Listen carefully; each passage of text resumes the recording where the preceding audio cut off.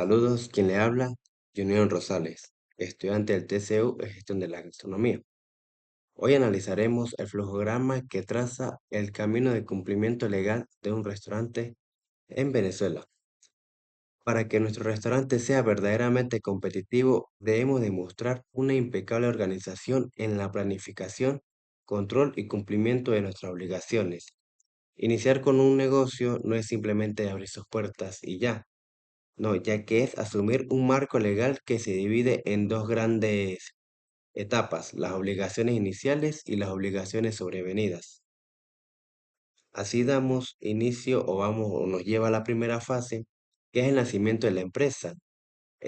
Aquí todo comerciante debe cumplir con las obligaciones iniciales antes de ejecutar actos de comercio. En primer lugar, debemos registrar el documento constitutivo en un lapso no mayor a 15 días contados de la fecha de constitución. Seguidamente, es imperativo efectuar la publicación de dicho documento en un periódico que se edite en la jurisdicción del registro de comercio. Y finalmente, la contabilidad mercantil, el artículo 32 del Código de Comercio, nos exige llevar de manera obligatoria la apertura de los libros, que son el libro diario, el libro mayor y el libro de inventarios, obligatoriamente en idioma castellano y debemos conservar junto a sus comprobantes por un lapso de 10 años.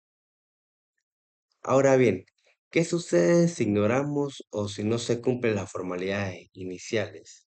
Esto nos conlleva a un punto crítico de decisión, porque si omitimos el registro o la publicación, nuestro restaurante no operará, sino que no operará de derecho, sino que queda como una sociedad irregular. La consecuencia es drástica, ya que la omisión no puede oponerse a terceros, y los socios o administradores quedan personal y solidariamente responsables por las operaciones del negocio. Esto según los artículos 219 y 220 del Código de Comercio. Además, la falta de un registro acarrea una multa de 500 bolívares por omisión.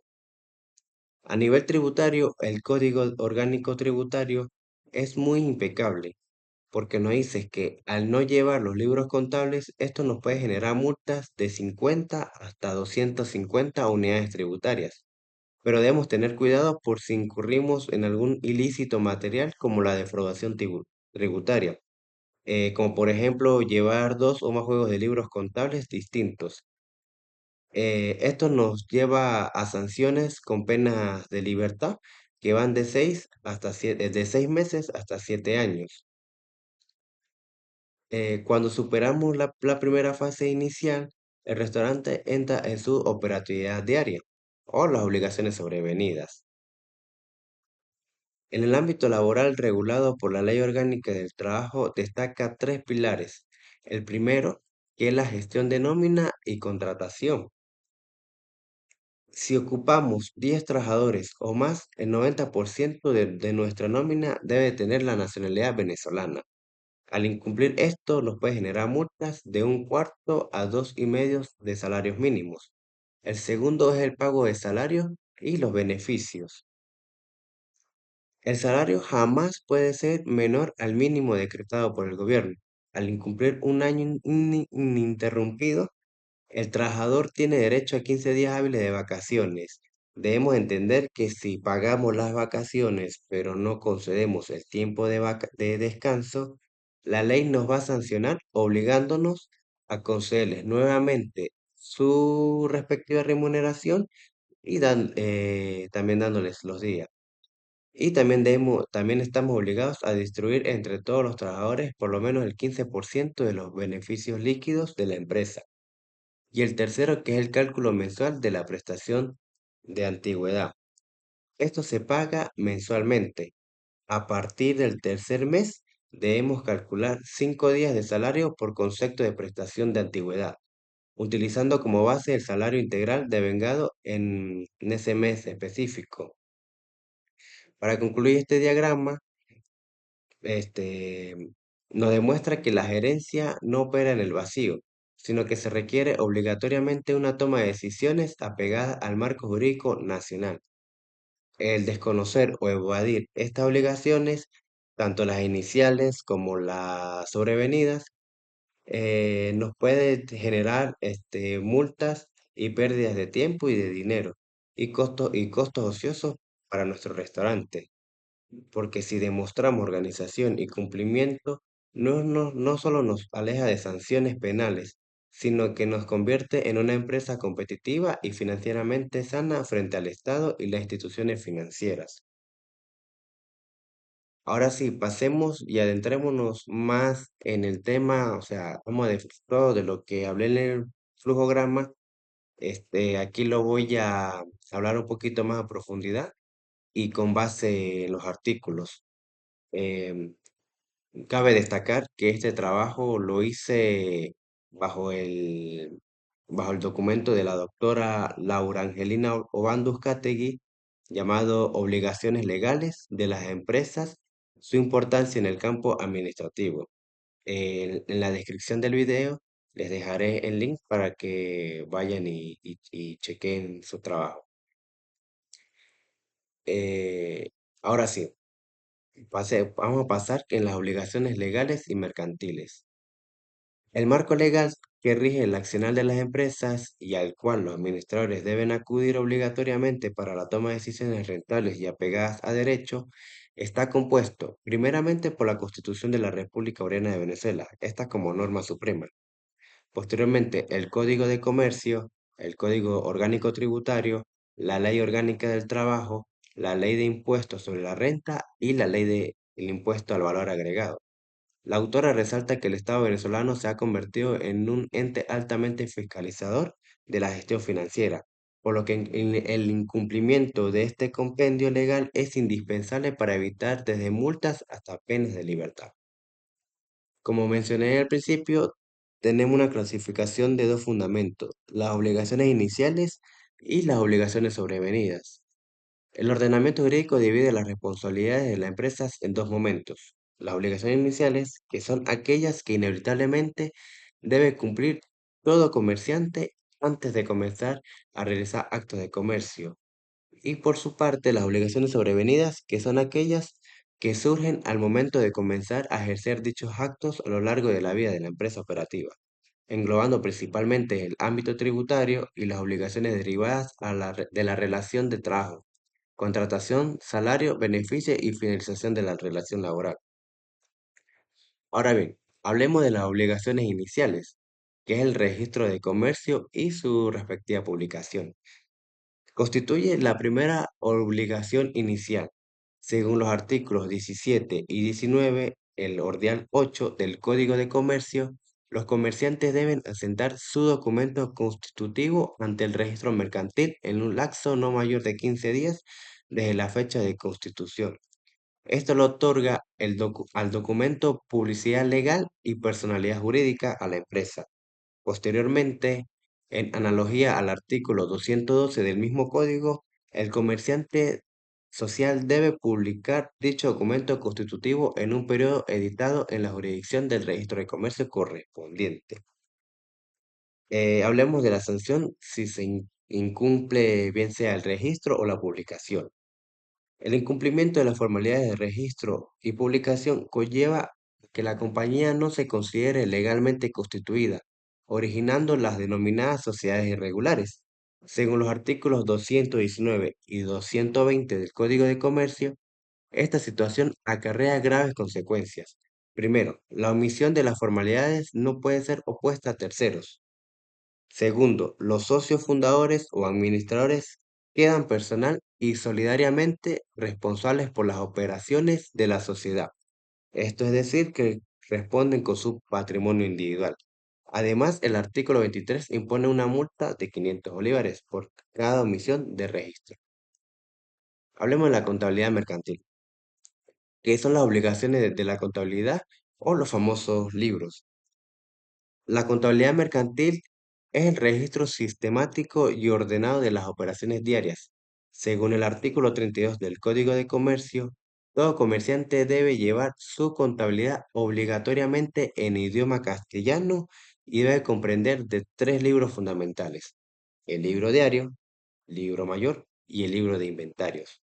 Su importancia en la administración radica en permitir al gerente conocer la situación activa y pasiva, la exigibilidad del pasivo y la disponibilidad del activo, y los resultados anuales, que son las ganancias o las pérdidas. Los libros y sus comprobantes deben conservarse por un lapso de 10 años, según el artículo 44. Las sanciones, según el Código Orgánico Tributario, que son los ilícitos formales y penales.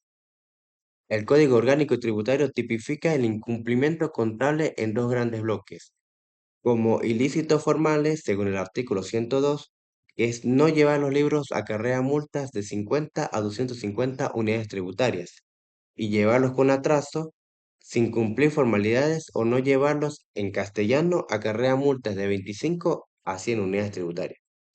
Como ilícitos sancionados con pena restrictiva de libertad, según el artículo 116, incurrí en defraudación, como el ejemplo que ya di anteriormente, que es llevar dos juegos de libros con distintos asientos o no exhibirlos para engañar a la administración y obtener enriquecimiento indebido. Esto nos puede llevar hasta una multa de 2.000 unidades tributarias y nos puede también, podemos tener pena de prisión de 6 meses a 7 años, agravándose si se oculta inversiones en paraísos fiscales. Ahora pasemos a las obligaciones sobrevenidas o las obligaciones diarias. Como punto inicial tenemos la contratación del personal y nacionalidad. En el proceso de reclutamiento bajo la Ley Orgánica del Trabajo existe una limitante estricta según el artículo 27 de la Ley Orgánica del Trabajo. Al menos el 90% del personal de un patrono que ocupe 10 trabajadores o más debe tener nacionalidad venezolana. Asimismo, la remuneración del personal extranjero no excederá el 20% del total pagado. La sanción por violar estas normativas consiste en la imposición de una multa no menor de un cuarto del salario mínimo ni mayor de 2,5 salarios mínimos. El salario y sus regulaciones. El salario es la remuneración, provecho o ventaja evaluable en efectivo que corresponde al trabajador por su servicio, incluyendo recargos o primas. El administrador debe diferenciarlo de los beneficios sociales, los cuales no tienen carácter salarial para calcular prestaciones. Si un patrono paga un salario inferior al mínimo fijado, lo retiene más de lo permitido o paga en lugares prohibidos, se le impondrá una multa de entre un cuarto y 1,5 de salarios mínimos y además quedará obligado a reembolsar al trabajador la diferencia dejada de percibir. Los beneficios laborales. Vacaciones y su sanción por incumplimiento. Al cumplir un año ininterrumpido de labor, el patrono debe otorgar al trabajador 15 días hábiles remunerados de vacaciones, sumando un día adicional por año hasta un máximo de 15 días. Además, debe cancelar un bono vacacional equivalente mínimo de 7 días de salario. El artículo 226 estipula una sanción crítica para la administración, el convenio mediante el cual el patrono pague las vacaciones sin conceder el tiempo efectivo para que el trabajador las disfrute. Lo obligará a concedérselas nuevamente con su respectiva remuneración basada en el último salario normal. Las utilidades de la empresa. Según el artículo 174 de la Ley Orgánica, las empresas con fines de lucro están obligadas a distribuir entre todos sus trabajadores por lo menos el 15% de los beneficios líquidos obtenidos al final de su ejercicio anual. El pago tiene un límite mínimo de 15 días de salario y un máximo de que varía entre 2 meses y 4 meses de salario. La sanción por no pagarlos correctamente o no otorgar la bonificación de fin de año es una multa de entre un cuarto y 2,5 de salarios mínimos. Las prestaciones sociales. La prestación de antigüedad. Esta consiste en el derecho adquirido por el trabajador previsto en el artículo 108 de la Ley Orgánica del Trabajo. El administrador debe calcularlo en dos vertientes. La primera, que es el cálculo regular mensual. A partir del tercer mes se acreditan 5 días de salario por mes, calculados utilizando como base el salario integral del mes, que esto vendría siendo el salario normal más las cuotas partes de utilidad y bono vacacional. Y la segunda, el cálculo adicional. A partir del segundo año se acreditan 2 días adicionales por cada año de servicio, hasta un límite de 30 días acumulables, calculados con base en el promedio del salario devengado en el año. El resguardo de los fondos y entrega. La administración de la empresa no puede disponer libremente de estos fondos retenidos. El patrono debe depositarlos en un fideicomiso individual, en un fondo de prestaciones o acreditarlos en la contabilidad de la empresa, siempre según la voluntad escrita del trabajador.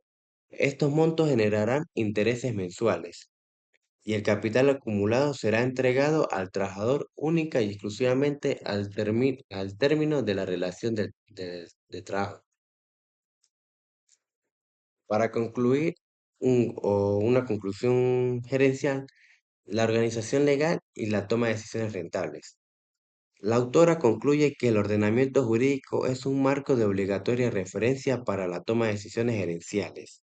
El administrador opera bajo racionalidad limitada, debiendo cruzar la eficiencia administrativa con el cumplimiento de la norma. Si la decisión es contraria a derecho, generará ineludiblemente gastos financieros extras, multas de fiscalización y pérdida de tiempo que en definitiva se terminan transformando en costos ociosos. Cumplir la ley, por el contrario, garantiza la supervivencia y permite a la empresa obtener financiamiento bancario al mantener sus expedientes actualizados. Muchas gracias.